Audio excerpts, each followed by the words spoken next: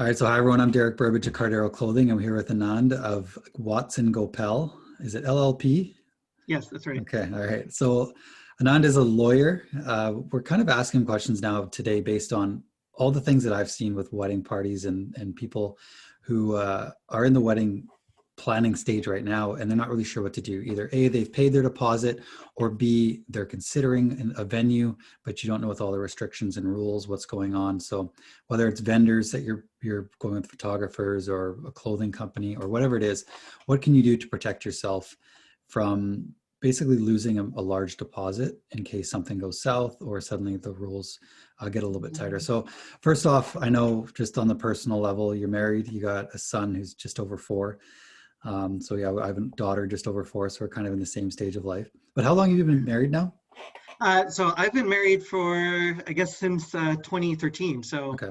so for over 7 years. And yeah, I mean, when we had to plan our wedding, kind of had to go through all of all the stuff that goes into the planning. But now it's a lot different for people Yeah. with, the pandemic. And of course, that's a primary concern for a lot of couples is, how they're going to plan the wedding, how are they going to arrange everything that needs to happen, and if they can invite, all of their family and friends, I guess, for the venue, Yeah, which, and I was married 6 years ago, and I was thinking about it last night when I was kind of preparing for this. I'm like, I don't know what I would do. Like, I would be devastated. Like, we had yeah. 130 people at our wedding, and that was hard cutting it down to that. So that's kind of what I want to kind of like. I'll touch on that after that we kind of are done with this about what the new restrictions are in that. But just basically the main question I want to kind of get out there is I see a lot of people asking, how do I get my deposit back? A, can you? And B, if there's that a loophole or something that like, is there something that they can do to get their deposit back from things like venues? So what I suggest is always, before you give a deposit to someone, see if you can get some sort of written contract with some terms and conditions in there, because that's ultimately going to be the way for you to argue and have some facts on your side that Mhm. if the services are not delivered in accordance with that contract, then you're entitled to that deposit. The common thing with smaller providers like photographers or people who design the cakes, etc., is they usually just do a verbal agreement, being like, okay, I'll deliver X amount of goods, on such and such date, and Mhm. I'll just need a 10% deposit of the amount that's due at the when the services are actually rendered. The problem with those types of contracts is, when you have something like COVID or a pandemic or something unexpected that happens, is it becomes very loose in terms of how you can enforce getting your refund, and be, trying to make it fair enough that, if they've already incurred certain expenses or costs up until that point, how that's going to be dealt with. Ultimately, I think you have a strong argument that if the services are not rendered, right, completely and Mhm. fully, or it's unable to be rendered fully and completely, then you're entitled to some sort of refund or recourse. But the recourse when you're having a disagreement between two parties is you have to go to court, and rarely are the amounts we're dealing with worth it enough to actually warrant going to court. So that's why it's really important to sort of do some due diligence initially, see if you can build in certain terms and conditions so that, if X happens or Y happens, then, you'll get your refund back, build it right in there into the contract. Most providers are, willing to work with you uh, in order to earn your business. Mhm. And really that's where you have leverage. Once you give the deposit, very hard to change any terms and conditions, because now the provider has the upper hand. So. So do they write in the contract, or can you get the contract and make notes on it and then have both of you initial it? Like, what is the best course of action to do that? Yeah, I mean, either way works. So, as long as both parties, if one person is making changes and the other person doesn't agree to them, obviously that's not a binding contract. But let's say if for some reason they can't edit their usual contract, or they want to add one or two sentences, or maybe change a couple of the amounts or dates or what have you, then yes, you can just pencil those changes in, and, exchange emails confirming that that's the current contract. But ultimately, the best proof of, the exchange is that you have some sort of correspondence between both of you. So either a trail of emails, a signed contract, some sort of, way that someone can go back and say that, yes, this was the terms and conditions that were agreed upon. Some providers will just have a one-way contract where they say, this is what you need to agree to sign up on my website.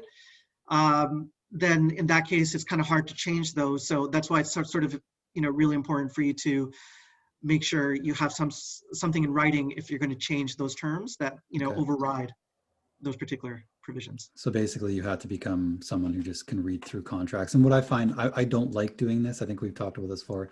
Contracts, accounting, two things that as a business owner I do not like, but I've learned through experiences, you have to read through things, get the general sentiment of it. Some areas you really need to camp on and read and understand.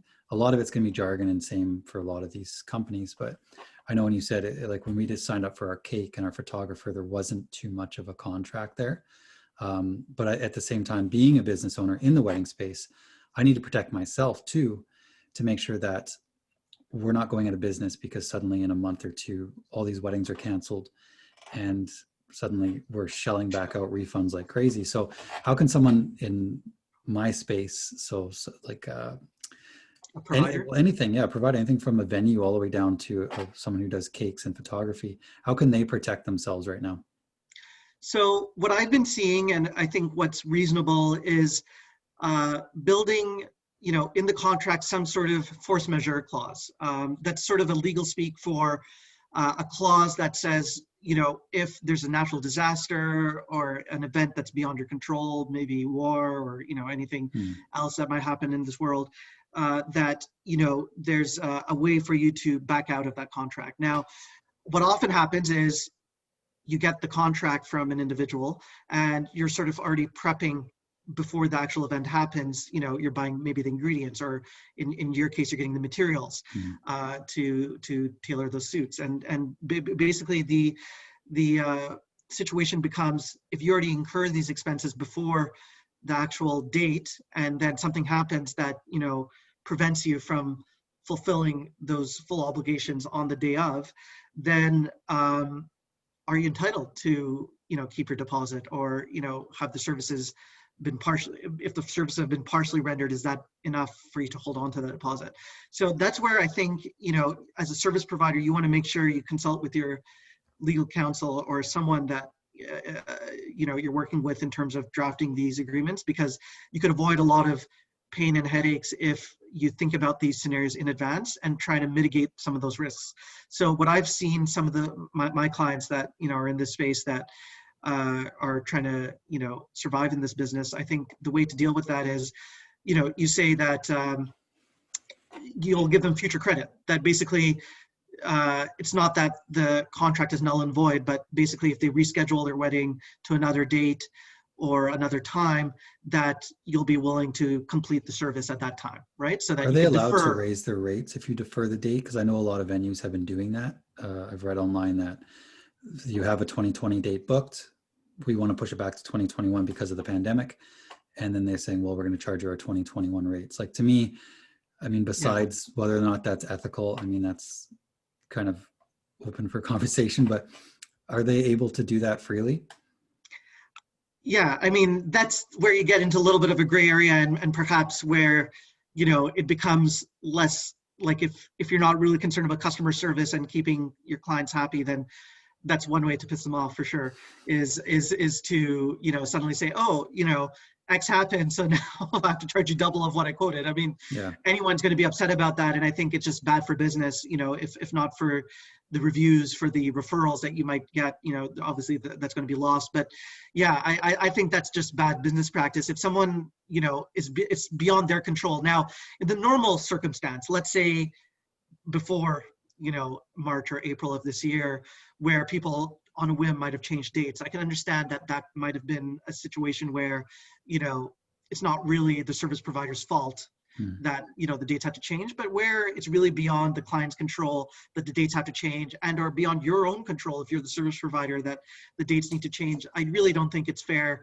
to turn around and charge more just because, situation's different. Because think about it, if the situation was reversed and you're the service provider, engaging a third party to order those materials, and you find out that now your costs have gone up, twice as much or three times Right. as much. Is that going to be fair for your business to, pass on those costs? I mean, that's where, you always have to put yourself in the other person's shoes. And I think the fair thing would be that, if it's beyond the person's control, you try and work something out. Okay. Yeah. So basically, read the contract, make sure you have something in there for the terms and conditions. Force majeure clause is big. Really good. Yeah. Just make sure you have that in there as well. But yeah, so basically, what I'm advising people to do in this situation is, I think read reviews is always a good example. If before the pandemic they're giving bad customer service, you can't expect them to work with you in the pandemic. So I think that's one of the big things you can do. But yeah, reading the contracts is a really big, it's a must, especially in this season.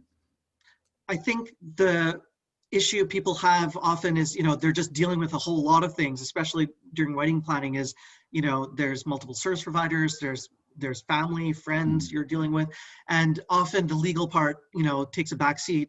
But like you said, especially during this time where things may go wrong and have gone wrong for people who have booked in the last several months, I think it's important to take that time to step back just to make sure, because ultimately it's your money that's at risk. And if you're okay walking away from that situation, losing that full deposit, then that's one thing. But if it is something that's significant to you and you really feel that you need to be protected, then just doing that extra due diligence, it's never a mistake to, take that time to think about it and perhaps consult with a lawyer if it's something that's large enough that warrants some consideration.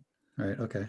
And so what kind of services do you provide? Like, obviously there's a lot of brides and grooms watching this. Like, I'm sure you wouldn't be one coming in, and I don't know if some may find it valuable if they're spending a lot of money on their wedding for you to kind of read contracts and help. But what other things can you do for people in kind of that season of life? So yeah, I mean, I'm a corporate solicitor is my designation, but basically I deal with everything in between. So I do contract reviews for businesses. I help them set up with incorporations, any types of agreements they want to enter into with others. I help them with that. For individuals, I do estate planning, real estate, and basically anything you can think of in terms of one of those areas, one or more of those areas. So really, if you're in that planning stage, yeah, you don't always need a lawyer for the wedding planning part, but it's kind of gets tricky where, let's say you're giving a $10,000 deposit, then it's a large chunk of money, and to spend a couple of hundred of legal advice is really going to be worth it at the end of the day, because you're going to have that peace of mind knowing that someone with experience has the capability of advising you in the right direction. In the general case, yeah, I mean, with service providers, et cetera, I'm able to help them with any issues from the setup to running of the business to, investors, et cetera. So that's really where my expertise lies. But that being said, don't hesitate. Lawyers are here to help clients, and really, we're here to help you navigate through not only the pandemic but beyond as well. Awesome. Well, thanks so much for doing this. I really appreciate your wisdom. I know you've given me a lot, and a lot of people I know highly recommend you. So thanks a lot. It's good talking again, and I'm sure we'll catch up soon. Thanks. It's been a pleasure. All right. Thanks.